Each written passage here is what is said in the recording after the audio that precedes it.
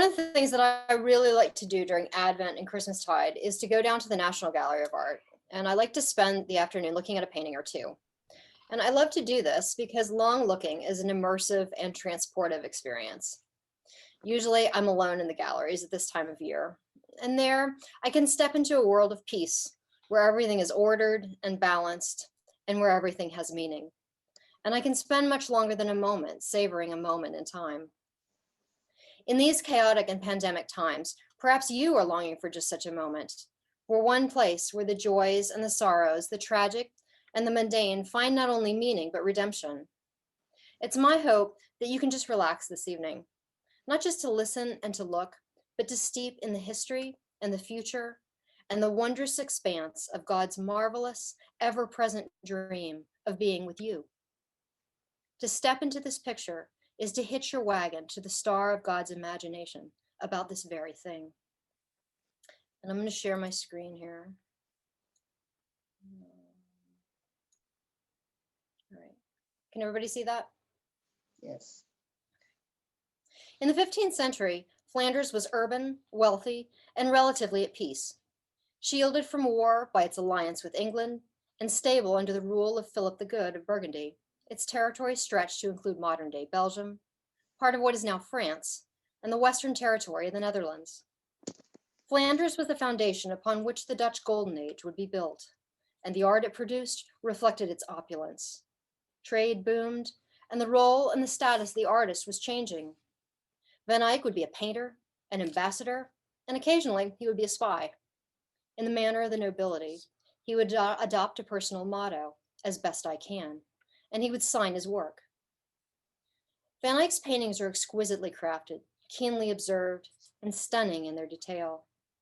Working the new medium of oils to maximum effect, he created pictures that are like jewel boxes, and this Annunciation is no exception. Stone is cold. Ermine begs you to bury your hands in it. Pearls glow with the soft luster of life. The hard surfaces of gems reflect their individual cuts. Crystal is transparent enough to show Gabriel's left hand through the prism of the rock crystal scepter that he holds. Van Eyck paints not only texture, but weight. Velvet is thick and heavy. Brocade is rich and deeply cut. The gold, pearl, and gem-studded cope worn by the angel looks like it might weigh 100 pounds. I've left the centimeter scale in the bottom left on some of the detail slides so that you can see how big things really are. All of this detail and more is packed into a narrow panel, less than 14 inches wide. If you dared to take the picture off the wall, you would get in trouble. But if you could hold it in your hands like a mirror. Looking into it, we bear witness to the moment in time, which is the fulcrum upon which all the world is balanced. The age of the law is about to tip into the age of grace. In another breath, the old covenant will give way to the new. It is written in the architecture of the building, woven into the clothes that the figures are wearing, inlaid on the pavement beneath their feet. Through posture and gesture, Gabriel and Mary physically respond with holy agreement. All is ready for the spiritual to inhabit the physical like it has never done before. In this moment in time, everything is as it should be and always should have been. Now, usually I would address a picture like this by looking at the central figures first, describing the action, and speaking to some obvious probable questions. But this time, I'm going to take a different approach. This picture may only be 14 inches wide, but it's about 36 inches tall. And it functions like a timeline of the history of God and his people. And that's how we're going to look at it this evening. We're going to read it from the top down like a book, and we're going to find our own place in it. Everything in this moment of Annunciation may be in agreement with God's plan. But high up in the rafters, things have come loose over the preceding moments and years. Once, the ceiling covering is beautiful and perfect, adorned with decoration in blues and reds, and maybe even golds. But the colors have faded, and some of the planks have even fallen away, in total or in part. They've left gaping holes in between. Well, Van Eyck gives us an Annunciation set in a church. He alludes to the tradition of setting the scenes of the Nativity and the visitation of the Magi within a ruined building. The temple would be broken down, and the Christian church would rise from it. This is a reference not only to the fact that Christianity would come from Judaism, it was a reference to Christ's own body. After the cleansing of the temple, the Jews asked him, "What sign can you show us to prove your authority to do all these things?" And Jesus answered, "Destroy this temple, and I will raise it again in 3 days." The Old Covenant would rise from the New, just as the architectural of the style of the Gothic would spring from the Romanesque. We'll see the transition not only in the architecture of the church, but in its decoration. Romanesque construction was thick and sturdy. Small, arched windows pierced walls thick enough to stand up to the forces brought to bear by the weight of their height. They didn't let in much light. High up near the rafters, one such window, directly over Mary's head, is filled with stained glass. Looking more closely, we can see the God of the Old Testament, Lord Sabaoth, which means Lord of Hosts. The whole earth is his dominion. He stands on a globe upon which is written the word Asia. In his right hand, he holds a scepter of kingly authority, and in his left, the books or tablets of the law. Above his head, the living creatures from the vision of the prophet Ezekiel move back and forth upon their wheels. The first chapter of that prophecy begins, "Now it came to pass, in the 30th year, I was among the captives by the river Shibar. The heavens were opened, and I saw visions of God." Release from bondage is going to be a theme here. To the left and to the right of the stained glass, wall paintings, half hidden in the gloom, depict scenes from the life of Moses. Moses is the chief Old Testament prefigurement of Christ, and much is made of that relationship across the spectrum of Western art depicting Christian subject matter. On the left, he has been pulled from the river by a servant. Still in his basket of rushes, he is being given to Pharaoh's daughter. He will enter into her family, and she will raise him as her own. Like Christ, he will escape the execution of all the baby boys his age, and he will become an instrument of salvation for his people, leading them out of slavery in Egypt. To the right of the window, a grown-up Moses receives a scroll, upon which is written the 10 Commandments. Even at this small size, the writing on the scroll is actually legible. It's the bit about not taking the name of the Lord in vain. The law is given to him by the hand of the one who has already fulfilled it. How can we tell in the shadows that Jesus is the figure who gives Moses the law? We know because of the type of halo that he wears. It's clear. His head interrupts the shape of a cross. This is called a cruciform nimbus, and it is the kind of halo that is worn only by the crucified and resurrected Christ. The law came to increase the trespass, but where sin increased, grace has abounded all the more. The angel Gabriel has come to ask and to tell. The brightly colored wings on his back allude to an earlier promise, to the rainbow, which God set in the sky after Noah and his family were released from the ark.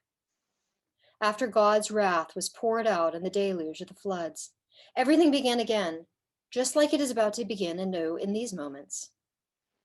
Clad in floral brocades of red and green, Gabriel comes in the colors associated with divine love, hope, new life, the end of winter, and the coming of spring. Bending the knee before she who is most highly favored among women, he greets her with a look of quiet, abiding joy. He has long desired to look into these things. In his left hand, he holds that scepter, which is his attribute, and with his right hand, he gestures toward the heavens, toward the one who sent him. Above his ageless brow, thick, soft ringlets of hair bear a golden crown studded with sapphires and rubies, the centerpiece of which is a cross set with pearls.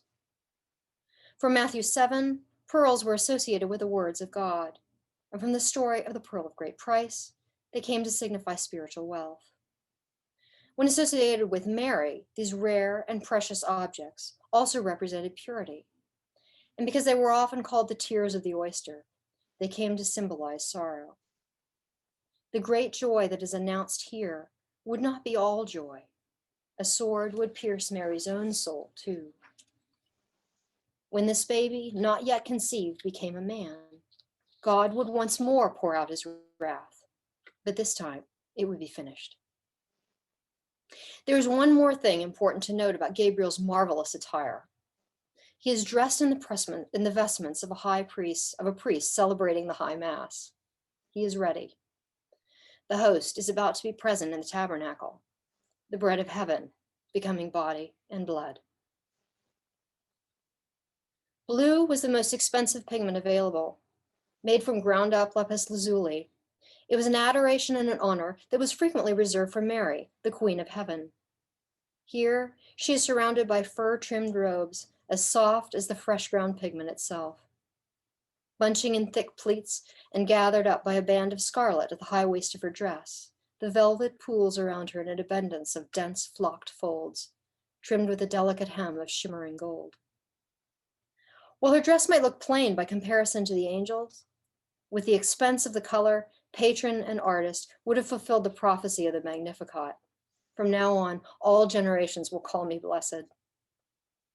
This ample dress is a fit covering for her in all that is about to happen. The words of their sacred conversation hang in the air of the cold, high hall. Written right side up in Latin, Gabriel addresses Mary, "Hail, full of grace." The Virgin replies, but not to the angel. In words written upside down and meant to be read from above, she replies directly to God, "Behold, the handmaid of the Lord." The new Adam will be born of the new Eve. Mary is tabernacle and ark, and just as the tabernacle hid the Holy of Holies, he who dwelt there will be hidden in her. Just as the Ark of the Covenant was made for its contents, so was Mary made to contain the Christ. Thus, she also holds her hands in the posture of a priest approaching the sacrament at the altar. A lavish, illuminated book lays open before her, its headliner crowned with an elaborate cluster of pearls. The text on the pages is illegible, but tradition would have a book this size open to the words of the prophet Isaiah. Therefore, the Lord himself will give you a sign. The virgin will conceive and give birth to a son, and will call his name Emmanuel. The Lord of hosts is on his way. Even now, he is slipping into time. Followed by 6 beams of light and preceded by a 7th, the dove of the Holy Spirit does not wait, but it descends toward her. Here and in Revelation, the number 7 is associated with perfection and completion. In this context, the rays surrounding the dove also signify that he brings with him the gifts of the Spirit from Isaiah 11. He comes with baby presents. A shoot will spring up from the stump of Jesse. From its roots, a branch will bear fruit. The Spirit of the Lord will rest upon him, the Spirit of wisdom and of understanding, of counsel and of might, the Spirit of the knowledge and the delight in the fear of the Lord. Up front, I said that we would find our place in the timeline, and it lies here with Mary, and our identity lies with the one who is about to be conceived in her. Mary is not only the mother of the incarnate Christ, she is first among the bride of Christ, which is the church. Besides its covering aspect, which is appropriate to the intimacy of the moment, this may be another reason for her ample dress. There are many depictions of Mary representing the church as a whole, and in fact, scholars who look at this painting debate, is she kneeling or is she standing? If she were kneeling and then stood up, she would really fill up the space of the whole church. She might even become the entire church building. And this would not be out of keeping with representations of Mary. There's plenty of her representing the church, and there's plenty more representations of her represented as a sort of church building, where she houses and shields the faithful within her skirts.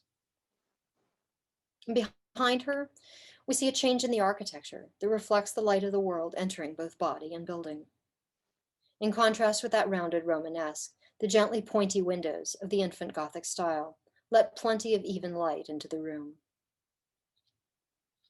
At the bottom of the picture, past and future are tied together. The blessed event depicted here is literally written in the stars. Christ is not only Lord of earth, but of the heavens and of celestial bodies and of the spiritual world. This is why it is common to see signs of the zodiac depicted in cathedrals in Europe, particularly in the floor. Now, when we think of the signs of the zodiac, we think very differently about them. But at that time, and the time preceding it in the ancient world, this was the purview of learned men like the Magi, of prophets and seers and sibyls. Set in rondels at the intersections of columbine and clover, plants which we don't have time to get into, but which, like every other aspect of the building, cry out concerning spirit and eternity. Their placement is significant. Given their arrangement, it can be determined that the angel stands over the sign of Aries, which is the month of March. That's the month of Annunciation and conception. Mary stands over the sign which is associated with her, the Virgo. Also visible are the Capricorn, which is the month of the Nativity, and Leo. Now, Leo was the house of the sun, and he was associated with Christ, the light of the world. Between these signs of the heavens, key scenes of the Old Testament concerning the deliverance from oppression, victory, and kingship are depicted on the tiles on the floor. Most of the visible scenes are scenes from the life of Samson, who judged Israel under a time of harassment and oppression by the Philistines. On the left, Delilah betrays Samson as Judas and the leaders of the synagogue betrayed Christ. You can see she's busy with a rather klutzy pair of shears. In an overhanded motion, she's awkwardly cutting away the hair that was part of his Nazirite vow. A little up and to the right is the last scene from Samson's life. Blind and captive himself, he brings down the house on the feast of the Philistines. It is written that Samson killed more Philistines when he died than when he lived. Well, Samson may be a favorite of little boys, and who doesn't love his super strength? But generally speaking, Samson was kind of a mess. He sulked and whined. He went to prostitutes. He slept around, habitually unfaithful. He broke every vow he ever made and that everybody made on his behalf. Still, God used him to free his people from oppression. But as it was in the days of the judges, another oppressor would always rise up.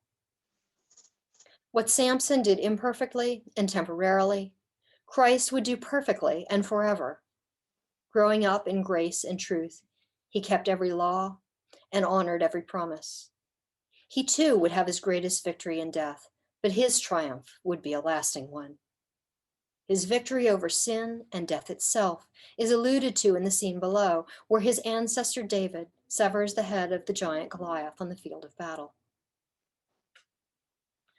To the far right, under the stool, is the story of a would-be king, a son in rebellion, a pretender to the throne.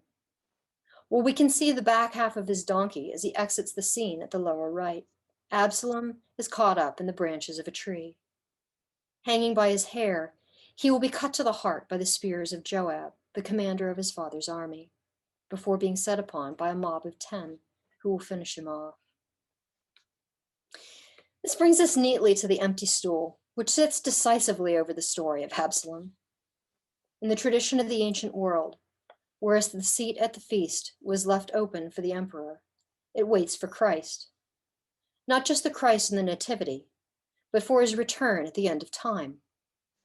At that time, the one of the house and line of David, obedient to his father, even unto death, who has every right to the throne, will take up his place upon the crimson cushion. He also was hung on a tree and pierced with a spear, but by his blood he purchased men for God. Of the increase of his government and peace, there will be no end. Upon the throne of David and over his kingdom, to order and establish it with the judgment and justice from that time forward, even forever. The zeal of the Lord of hosts will perform this. Finally, whatever is true, whatever is admirable, whatever is honorable, whatever is right, whatever is pure, whatever is lovely, if anything is excellent or praiseworthy, think on these things. That's what the Apostle Paul wrote. And it would seem that Mary had a lifestyle of doing that. For in Luke's account of the birth and the purification and the young childhood of Jesus, almost the same phrase turns up twice. Mary treasured up all these things and pondered them in her heart. As I prepared for this evening, there were many nights this Advent that I went to bed too full of these mysteries to sleep. I lay awake in the darkness, the jewel box of this painting still open before my eyes. In the small hours of the morning, I'd ponder and marvel at the magnificence of it all. I'd let myself be caught up in the completeness of God's great story. In those hours, I found myself feeling safe and loved, somehow a part of the bigness and the wonder of it. In short, I found myself knowing, in a fresh way, that I was hidden with Christ in God. It seems good to say that this happened in COVID times. Mary lived the story of Jesus' life. She was with God in a unique way. She patched up his scraped knees. She kissed his face. She hugged him like he will one day hug us. At least that's what I dream about. But she also felt the pain of the world without him as she had known him. She lived long enough to inhabit the space that we inhabit now, the space between the incarnation and the empty stool, the days and the years between the first and second comings. After his death and resurrection and ascension, he left her too. But he did not leave entirely for long. This year, as I considered all these things and looked for a long while at the dove, it occurred to me for the first time that Pentecost must have felt blessedly familiar to her. Christ alive in her, anew, again. Even in these COVID days, let it be proclaimed, he has not left us without the Comforter. The Lord has come to us. His history is our history, just as his future is also ours. This Advent, we wait not only with him, for him, but with him, the Redeemer and the King of this and every age.